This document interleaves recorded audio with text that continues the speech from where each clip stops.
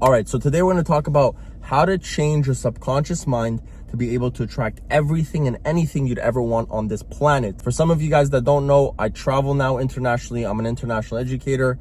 I own one of the largest online platforms in the world. I found insane amounts of success as a barber, still being behind the chair. I charge over $150 price point in Toronto and had one of the biggest salons as well before I made the decision to go all in onto my online platform. And what you don't really know is I was such a big failure. I had almost 3 clients want to punch me in the face because of how bad my haircuts were. I had my barber teacher tell me I was a failure, but something had to change. How do I go from that? And my family also thought I was going to be a big failure. I was like, they thought I was the last person that would ever find success. But how did I go from here to then being able to teach internationally around the world? It was reprogramming my brain. I had zero confidence. And the way you get into this position in your life where you have almost zero confidence in yourself is when you're always faced with fear. I'm gonna break this down for you guys. Every time you're faced with fear, the opposite reaction happens when you don't go through with it. And I'm gonna explain. Every time you're faced with fear and you don't do the thing that you know is scary but is the right thing for you to do, you actually build the wrong emotions. You start actually losing confidence. One actually gains confidence, the other one starts losing confidence. And then you get to a point where it's like negative confidence. You go into a negative. That's why I talk about why it's so important to face your fears. And what ends up happening is because things get easier as the scarier things happen in your life. To give you an example, I was forced to be in this position, and this is how I knew I was going to get better at speaking, and this is how I knew I wanted to get better at it. I hated the fact that I was an introvert. I hated the fact that I would go in front of 2 or 3 people, not know how to communicate. And what ended up happening is one day I was in London, in England, and I was a model, not even an educator at this point. I was in Menspire learning precision-based cutting, and I was a model. And Sam, one of the co-owners, passed me the mic and asked me in front of maybe 200 people in Ireland, how was your experience here at Menspire? And I was like, oh, the experience was amazing, but and I froze for 3 minutes. You had to grab the mic. That 2 minutes almost felt like 10 hours. I had to grab the mic, and this was in front of the people I was super inspired by, people I really respected. Grabbed the mic and took it out of my hands. And that was a big pivoting point in my life because I said, okay, enough is enough. But something had to change. This is something that's never been mentioned. I've never heard anyone say this trick. I'm gonna give you guys an actual actionable step. And this, to this day, I've done this for 7 years since I've been an educator, has tremendously made such a big impact in my life. And what did I do? So the next time I was put in a position where I had to teach in front of 10 people, I always changed the narrative, okay? Every time you're faced with fear, your brain makes the monster of whatever is scary way bigger than it actually is. So what I used to do is when I had to teach in front of 10, 20, 30 people, I would close my eyes right before class. I promise you this is going to work tremendously well if you do these step by step. I would close my eyes. I would envision myself teaching in front of 1,000 people or 10,000 people.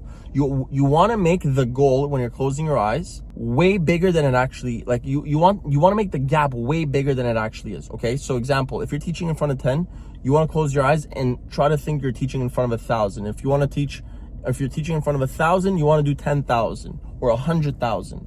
So I would close my eyes and put myself in a stage where I was teaching in front of 1,000 or 10,000 people. And then when I would open my eyes, it made the 10 people or 100 people seem not as scary. And the other thing I would tell myself is, we're trying to get to here.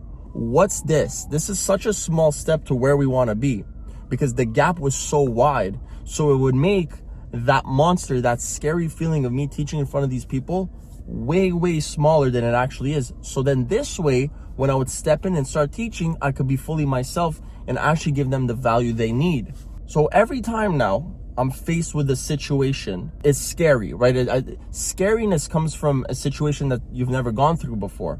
That's why fear happens. Fear happens because it's the unknown. It's a black hole. You don't know what's inside. You don't know what happens if you put your hand, is it going to bite back? What does the end of the tunnel look like? What I would suggest, always play this game in your head of, one, understanding the game first. Understand that the reality of the situation is the monster you're faced with, the reality in the present, is way smaller than you actually think. Your brain always plays survival mode. Your brain always makes sure that it's protecting you. So it's gonna make it seem like it's way bigger because it's in survival mode. It's trying to protect you, but protecting you is not gonna lead you to growth. So you have to make sure that every time you're faced with a situation in real life, you think of where you want to be in your future. And this is what's going to allow you to make the situation you're currently in way smaller and less scarier than it actually is. And every time I've done this in my life, I've faced with insane amounts of confidence right after.